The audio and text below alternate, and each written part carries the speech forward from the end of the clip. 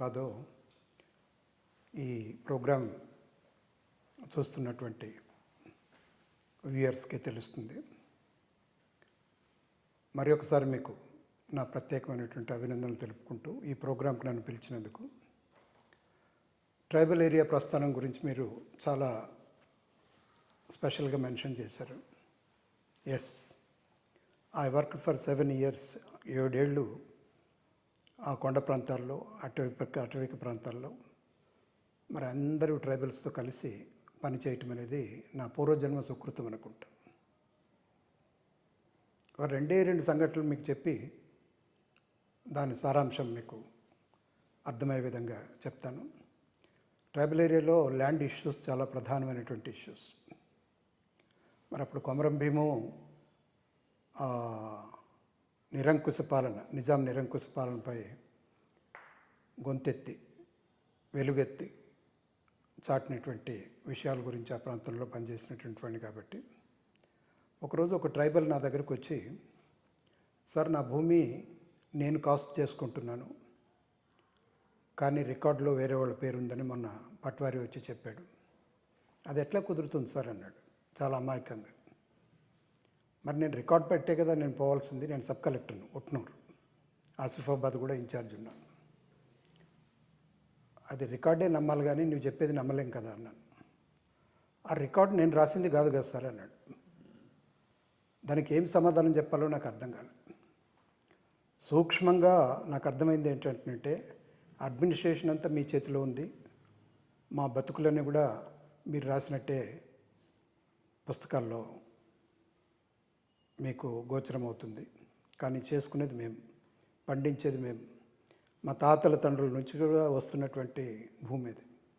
ఈరోజు సడన్గా వేరే వాడి పేరు రాశారంటే దానికి నేనేం బాధ్యుడిని సార్ అన్నాడు. ఇప్పుడు జరుగుతున్నటువంటి ఏ కార్యక్రమాలు, భూ సర్వే కానివ్వండి, అది కానివ్వండి, ప్రతిసారి ప్రభుత్వం మారినప్పుడంతా కూడా ఈ భూ కొలతలు అవన్నీ కూడా మళ్ళీ తెర మీదకి వస్తున్నాయి. మరి ఈ మధ్యలో తెలంగాణలో జరిగినటువంటి అవకతవకలన్నీ కూడా మనకందరికీ తెలుసు. ఒక సర్వే నెంబర్ తప్పు రాసినా, ఒక సబ్ డివిజన్ తప్పు రాసినా కూడా వాడి భవిష్యత్తే అంధకారంలో పోతుంది. అది గుర్తించి పదే ఈ కంప్యూటర్స్ వచ్చిన తర్వాత ఎవరికొవరికి ఉద్యోగం ఇవ్వాలనేటటువంటి ఉద్దేశంతో ఆ కంప్యూటరైజేషన్ ఆఫ్ ల్యాండ్ రికార్డ్స్ ఎప్పుడైతే మొదలుపెట్టారో, ఏ రోజైతే ఈ జమాబందీ వసూళ్లు బంద్ అయినాయో ఆ రోజు నుంచి రైతుల పరిస్థితి అధ్వానంగా ఉంది. వాళ్ళు ప్రభుత్వం చేతిలో కీలు బొమ్మలలాగా ఉండేటటువంటి మనుషులను పెట్టుకొని వాళ్ళ ద్వారా రికార్డులన్నీ కూడా మ్యానిపులేట్ చేసి, ఇది ముఖ్యంగా ట్రైబల్ ఏరియాలో బాగా ఉంది. అంటే ఇదే బేసిక్గా టెక్నాలజీ సహాయము చేయగలదు, హాము చేయగలదు. Technology by it self cannot change the situation. అందుకనే ఎప్పటి నుంచో అన్నారు గార్బేజ్ ఇన్ గార్బేజ్ అవుట్ అవుతుందని కంప్యూటర్స్లో. సో కంప్యూటరైజేషను, ఐటీ వాడటం వలన రెవెన్యూ రికార్డ్స్ ఏదో సబ్స్టాన్షియల్గా ఇంప్రూవ్ అవుతాయని కానీ, వాటి వలన సివిల్ డిస్ప్యూట్స్ తగ్గుతాయని కానీ అనుకోవటం అమాయకత్వం ఆర్ ఇది. యాక్చువల్గా బేసిక్ వర్క్ చాలా జరగాలి రెవెన్యూలో.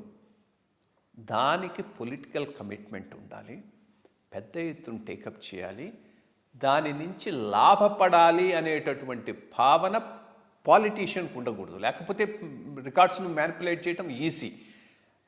రెవెన్యూ డిపార్ట్మెంట్ అంతా corrupt department, stating based upon experience. Complications చేయగలిగిన డిపార్ట్మెంట్ ఇంకోటి లేదు. కాబట్టి చాలా ఫోకస్డ్గా దీన్ని టేకప్ చేయండి, ఇవి బాగుపడే అవకాశాలు లేదు నా వ్యూ. మీరు కానివ్వండి, బికాస్ ఆ ఇష్యూ వచ్చింది కాబట్టి నేను దాన్ని ఎక్స్ట్రాపోలేట్ చేశారు సార్. 2 తెలుగు రాష్ట్రాలు కూడా పోటీపడి ఈ ల్యాండ్ రికార్డ్స్ ఏ స్థాయికి దిగదార్చారంటే ఈరోజు ఎవరికి ఏది కావాలన్నా కూడా ఈజీగా యాక్సెస్ అయ్యేటటువంటి విధంగా ల్యాండ్ రికార్డ్స్ను దాన్ని ట్యాంపర్ చేశారు నా ఉద్దేశంలో. ఎందుకంటే ఈ పట్వారి, పటేల్ తెలంగాణలో, కరణం, మున్సఫ్ ఆంధ్రాలో ఈ సిస్టమ్ పోయినప్పటి నుంచి గ్రామాల్లో నాథులు అనేవాళ్ళు లేకుండా పోయాడు. దానికి ఆల్టర్నేట్ సిస్టమ్ బిల్డప్ చేయకుండా బిగిన ఆ సిస్టమ్ ఉన్నటువంటి సిస్టమ్ను, కొన్ని వందల సంవత్సరాలుగా వస్తున్నటువంటి సిస్టమ్ను మరి మటుమాయం చేయటం అనేది ఒక పెద్ద శాపం గ్రామాల్లో. మీరు అన్న అగైన్ ఈ పాయింట్ మీద కూడా ఎన్టీ రామారావు గారు చేసిన 2 చర్యల్లో కూడా చర్యను తప్పు పట్టకపోయినా ఆల్టర్నేటివ్ ఆలోచించుకోకుండా చర్య చేయబట్టి ఇన్స్టిట్యూషన్స్ దెబ్బతిన్నాయి. ఒకటి రెవెన్యూ సిస్టమ్, రెండోది టెంపుల్ సిస్టమ్. 2 భ్రష్టు పట్టిపోయినాయి ఆ చేసినటువంటి యాక్ట్స్ వల్ల. Yes sir. ఆ టెంపుల్ తర్వాత ల్యాండ్ రికార్డ్స్ గురించి ఇంకొక సందర్భంలో చెప్తాను సార్, నా అనుభవం. ఇక భూమి భుక్తి అనేది ప్రధానంగా ట్రైబల్స్కి ఒక ఆవేకేషన్, ఆక్యుపేషన్ అనండి.